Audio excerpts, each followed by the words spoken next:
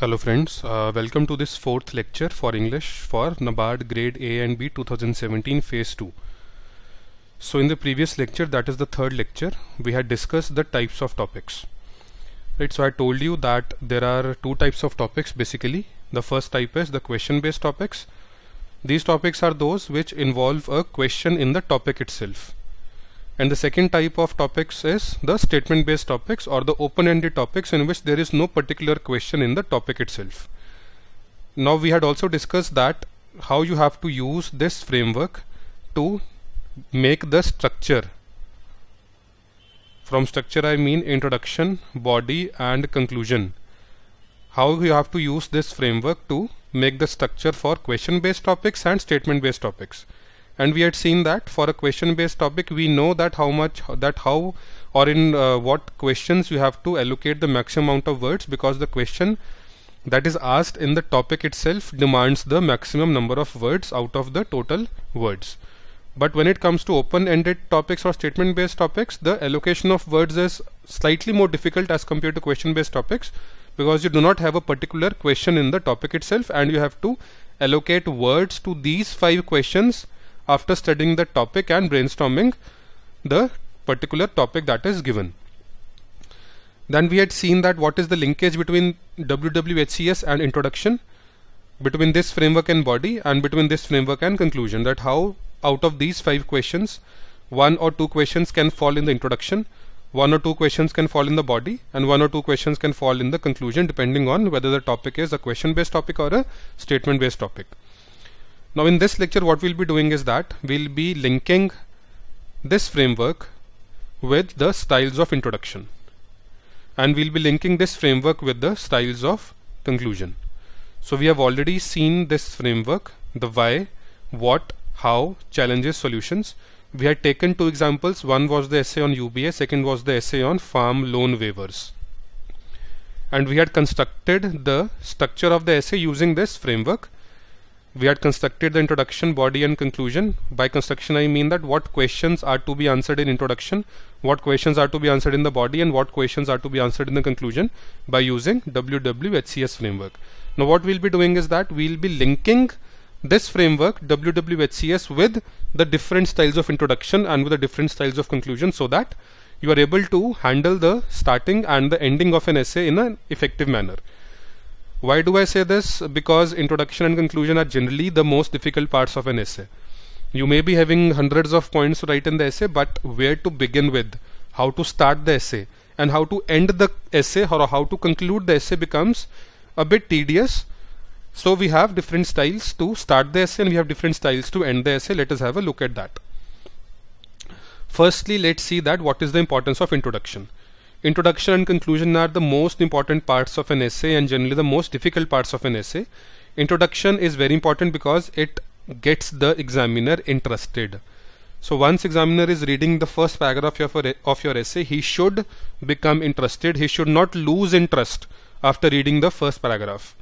Secondly, once the examiner is reading the first paragraph of your essay, in which you are introducing the topic of the essay, the examiner will straight away come to know the extent to which you have understood the given topic.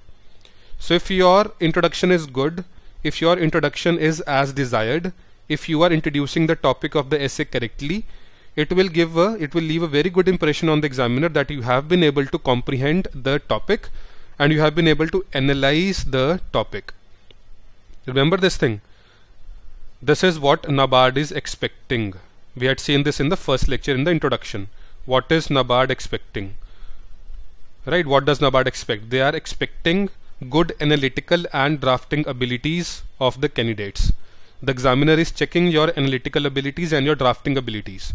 So once your introduction is good and your introduction is explaining the topic in a good manner, it shows that you have been able to understand the topic and you have been able to analyze the topic, and hence you can be sure of good marks in the essay. This is the importance of introduction. Now when we talk about different styles of introduction, there can be numerous styles. I have listed out these 4 because these 4 are the most relevant from NABARD point of view. There can be some other styles also which are useful for writing big essays or longer essays. But since we have to write a short essay in NABARD, so these 4 styles are very handy and important. Now the first style is define the term. What do I mean by define the term? That whatever term is being referred to in the topic, you can start with the definition of that term. For example, we had discussed the essay on should India have UBI. Should India have UBI? So UBI, universal basic income, is a term, so you can start with the definition of the term. Are you able to link it with what? So in the WWHCS framework, one question was what? What is UBI? See here, define the term. What is UBI? Define the term. So introduction can be linked with this framework. That is what we are trying to do here. So you can start with the definition of the term. This is the first style. The second style can be that you can go to the origin, the basics, the history, or the background of the topic. Right. Now what do I mean by the basic, origin, history, or background? For example, let us take the same topic, that should India have UBI. Should India have UBI? Now what is the origin of UBI? What is the background of UBI? What is the history of UBI? Isn't it related with why?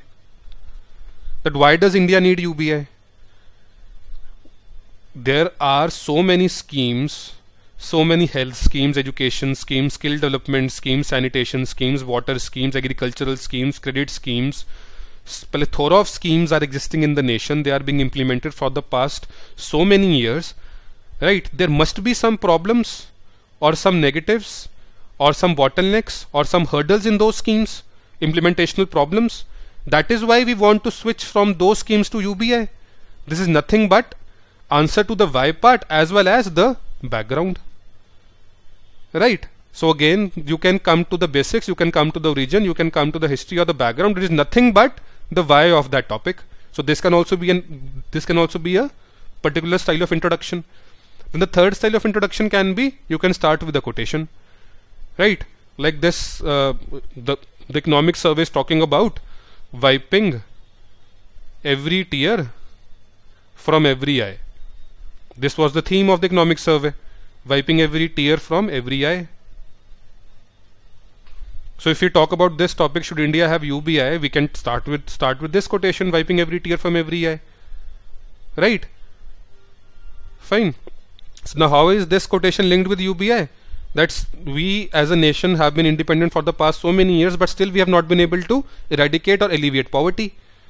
We have been running so many schemes, we have been running so many different programs and schemes at the central level as well as the state level, but still we have one of the largest number of people living below poverty line in the world. Right? So many children, they are malnourished. Fine. So what can be the solution? The solution can be UBI. So you can start with the quotation. Then you can start with the statistics or the facts. You can also start with the facts or statistics. You can quote any report, you can quote government data, you can quote some survey, NSSO, CSO. So, right, you can quote some survey, you can quote the economic survey, you can quote the budget, anything. You can start with the statistic that this is what is the actual scenario in India, and hence we have to do this. So you can start with the statistics also. So these are the different styles of introduction. Depending on the topic and depending on your inclination towards a particular style, you can choose a style to introduce your essay. There is no particular or universal method of introducing a essay. It is your own wish, your sweet will, your comfort level. Whatever introduction you feel is good for you or you feel comfortable with, you can use that particular style. But please keep this in mind that this introduction styles will fall in this framework itself. Define the term is nothing but what, go to the basics is nothing but why. Right? If you are starting with a quotation or if you are going to statistics, statistics is again somewhat related to what and why. So you have to first of all brainstorm, pull out the points from your brain, arrange them in this framework. Right? Then you have to use these introduction styles.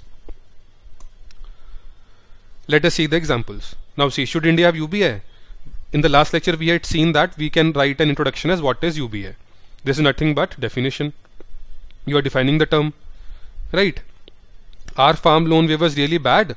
Why are such loan waivers given? This is nothing but the background or the history. This is that introduction style. Right? So like this, in the previous lecture we had seen these two topics, and the introduction can be linked to the various styles that we have just now discussed. Similarly, for statement based topics, what is UBI? We had written the introduction. This is nothing but the definition. And what are farm loan waivers and why are such farm loan waivers given? This is nothing but the definition plus the background. Let us come to the conclusion. So the structure involves the introduction, the body and the conclusion. We have already seen the styles of introduction. There are 4 different styles that we have seen. The body is the main part of the essay. Now let us see the conclusion, that or how you should end your essay. Now, as I have already been saying earlier also, that conclusions and introductions are often the most difficult part, right? So what happens is that when you're writing an essay, once you are done with the introduction, you are done with the body, you have written these 2 parts, you are not able to form the last paragraph because you feel, or many aspirants feel, that they have nothing left to say because they have already completed everything in the introduction and the body. So they feel that they have nothing left to say in the conclusion now, right? So many aspirants feel that they have nothing left to say after having written the paper, that is introduction plus body. A writer needs to keep in mind that the conclusion is often what the reader remembers the best, because it is the last thing which the examiner is reading, so he will remember your conclusion the best out of the introduction and the body. So the 5 or 10 odd minutes which the examiner is spending in reading your essay, this is the last part that he or she will be reading, and this will have a lasting impact on the mind of the examiner, and this will again have an impact on the number of marks that you score in the essay. Your conclusion should be very important. This part is very, very important, and you should devote your time in writing a good conclusion, and it should be the best part of your essay. Now, what is a good conclusion? Right, if we talk about a good conclusion, we say that a conclusion is good if it is stressing the importance of the topic, if it is giving the essay a sense of completeness, and if it is able to leave a good final impression on the reader. So these 3 things should be kept in mind, that first of all, it should stress the importance of the topic, it should not be an abrupt ending, it should flow from the body, and it should give a sense of completeness to the essay, and it should be able to leave a good impression or a good final impression on the examiner. Now, as we had seen the introduction styles, there are different styles for concluding the essay also. Here we are talking about 4 different styles. The first style is you can challenge the topic itself. We'll be seeing with the help of an example that how you can challenge the topic itself. Then the second part or the second style can be you can look into the future, or basically you can give solutions. WWHCS, solutions. This is generally the conclusion. So in this part or the second style, you are basically looking into the future. You're looking to the future and you are basically suggesting solutions to the challenges or the solutions to the topic. Then you can pose questions. You can leave open-ended questions in the conclusion. You don't have to give solutions. You don't have to answer the questions that you are posing. You can just leave some questions, open-ended questions in the end for the examiner to think about. Then again, you can use quotations in the conclusion also. Quotations are generally helpful because they save your words and they make your essay different. Once you are using a quotation by some famous personality, it will save your words and it will give a different feel to your essay. So let's see one by one how you can use these 4 conclusion styles in the essay. So we'll pick up a particular topic and we'll try to write the conclusion using these 4 different styles. Let's see. Let us take a topic, this ease of doing business ranking. Why is India stuck? Now this topic is about that. Why does India fare so badly in the World Bank's doing business report or ease of doing business ranking? Why is India stuck? Now first of all, the first step is that you have to brainstorm and you have to arrange the questions, or you have to bring about the thought framework using this framework. Now what can be a good framework for such a topic? This is a question based topic. Remember this, question based topic, not an open ended topic or a statement based topic. So the first question can be, why is ease of doing business important for India? Why? You can also start with what is ease of doing business, the definition of ease of doing business. That can also be done. That can be the intro. Why is ease of doing business important for India? This is nothing but the background, right? So the next question can be, what is India's rank? Any improvement, dip in ranking? This is nothing but fact. You are using the fact. This is also the intro. That why is it important and what is India's rank? These 2 paragraphs are the introduction. Third thing is the most important, and this is the question that is in the topic itself. Why is India stuck? There must be some challenges that India is facing. That is why India is stuck. what are the challenges that India is facing, why is India stuck. Now this part has to be, or this question has to be devoted the maximum number of words, and corresponding to those challenges there can be some solutions, right? Now let's see conclusion style, looking to the future, right, linked with solutions. If you are looking into the future, I have just told you that once you're looking into the future, you are doing nothing but you are suggesting solutions. You are suggesting solutions. So in such a topic, that why is India stuck in terms of ease of doing business, maybe India is lacking in infrastructure, maybe India is lacking in good governance, right? Maybe India is lacking in some tardy implementation of the schemes like Digital India, Make in India. Maybe there is so much of paperwork to do, maybe there are some regulation bottlenecks, maybe there are many laws that one needs to follow which are out of which one cannot comprehend easily. So maybe these are the challenges, and these challenges have to be addressed so that India fares well in the doing business ranking. So if you are using this conclusion style of looking into the future, what basically you are doing is you are suggesting solutions to the challenges. Fine, you can read this paragraph once, that the government should go ahead and keep on doing what it thinks is necessary for betterment of small and medium enterprises. It can bring consensus across other parties. It can, a lot of the parameters on which our rankings are poor are the ones where the processes are yet to be modernized, so it can modernize the processes. So schemes like this can be sustained or implemented in a good manner in the long run. So there are various solutions that you can suggest, and those solutions are nothing but you are looking to the future. Another style can be you can pose questions. This is another style. We are picking the same topic. Why is India stuck? How you can pose a question? Do we as a nation have the will and the resources to surge in these rankings? Question mark. Are our leaders and bureaucrats committed enough? Question mark. So you are basically trying to pose questions based on the topic, and these questions are not independent questions. Please remember this. These questions this question should be organically linked to the preceding paragraph. So you should first of all decide in your mind that what kind of conclusion you are going to write, and accordingly you have to write the introduction and the body, because the conclusion has to follow after the body. So if you are just writing these questions and your body is not supplementing these questions, then it will be a problem, because there should be organic linkage between all these three things, right? So one style can be you can pose questions. Another style can be that you can use quotations, or you can use phrases from the speeches of personalities. Like our PM has envisioned an India which does not only have good governance but effective as well as mobile governance. That is the need of the hour. So India is stuck because India is not having effective governance, India is not having mobile governance, but that is the need of the hour, and our PM has also said that in his speech. So that can also be a style. Then another style which can be there is, which is not there in the slide, I must have missed it, that you can challenge the topic itself. Now how you can challenge the topic itself? If the topic is this, ease of doing business, why is India stuck? You can challenge the topic that India is not stuck. Although the topic is saying that India is stuck and it is asking the reasons why India is stuck, you can say that India is not stuck. Why? Because maybe the ranking is not good, or maybe the parameters that are used to calculate this ranking is not proper, or maybe those parameters which are given higher weightage in calculating this index or calculating this ranking, India fares well.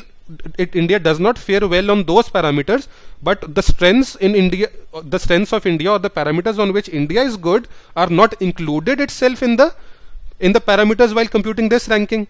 So you can challenge the topic itself, that this ease of doing business ranking is computed, it is not computed in a proper manner, and the strengths of India, or the parameters on which India fares well, are not even included in the computation of the rankings.